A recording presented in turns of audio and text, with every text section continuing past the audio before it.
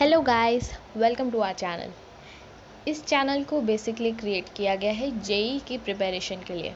अगर आप 10th पास कर चुके हैं और 11th और 12th में कौन से सब्जेक्ट्स चूज़ करने हैं इस बारे में कंफ्यूज हैं तो इस वीडियो को अंत तक देखिए।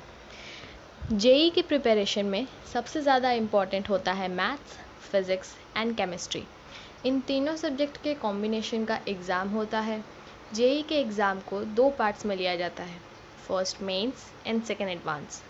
अगर आपने दोनों पार्ट्स को अच्छे स्कोर से, अच्छे रैंक से क्रैक कर लिया तो आपका आईआईटी में एडमिशन कंफर्म्ड है। जेई को जॉइंट एंट्रेंस एग्ज़ाम के नाम से भी जानते हैं। बेसिकली एक एंट्रेंस एग्ज़ाम है, पर इंडिया में इसे सबसे टफ एग्ज़ाम माना जाता है। इसका कंपैरिजन कितने लोग यूपीएससी के एग्ज़ाम से भी करते हैं। अब हम लोग ज़्यादा टाइम वेस्ट ना करते हुए इस लेसन को स्टार्ट करते हैं। इस लेसन का टॉपिक है बेसिक काइनेमेटिक्स, जो इसका फर्स्ट पार्ट है वीडियो में। अब हम लोग इसे देखते हैं। फर्स्ट पार्ट में हम लोग distance and displacement, speed and velocity, in topics के बारे में देखेंगे। डिस्टेंस एंड डिस्प्लेसमेंट, बेसिकली सारे स्टूडेंट्स डिस्टेंस एंड डिस्प्लेसमेंट पे कंफ्यूज हो जाते हैं, पर ये दोनों दो अलग अलग टॉपिक्स हैं। डिस्टेंस एंड डिस्प्लेसमेंट में अगर आप एसएससी के स्टूडेंट हैं तो आपने पहले बहुत कुछ पढ़ा होगा। सीबीएसई में भी अभी ये पढ़ा दिया गया है 10th तक। तो अब हम लोग इसे डिटेल में देखते हैं। Distance distance is the length of the actual path travelled by an object. It is a scalar quantity. Distance traveled is always positive. Displacement. Displacement is the minimum distance between the starting and finishing point. It is a vector quantity. Displacement may be positive or negative or zero. Distance.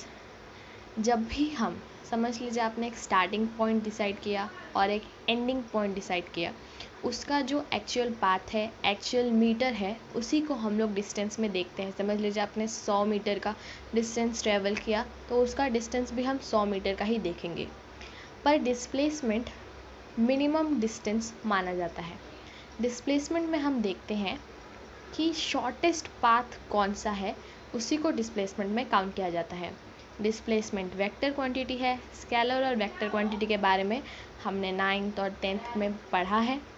Displacement zero भी हो सकता है, positive भी हो सकता है और negative भी हो सकता है।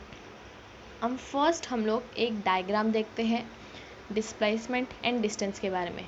फर्स्ट डायग्राम एक्चुअली अपोजिट में ड्रॉ हुआ है। फर्स्ट जो सर्कल बना है, अगर आप इसे ध्यान से देखेंगे तो इस सर्कल में एक मिड पॉइंट बनाया गया है। इस मिड पॉइंट से आप कहीं भी ट्रैवल करें, सर्कल में ट्रैवल करें, स्ट्रेट ट्रैवल करें, पर इसका शॉर्टेस्ट डिस्टेंस को ही हम लोग डिस्प्लेसमेंट मानेंगे।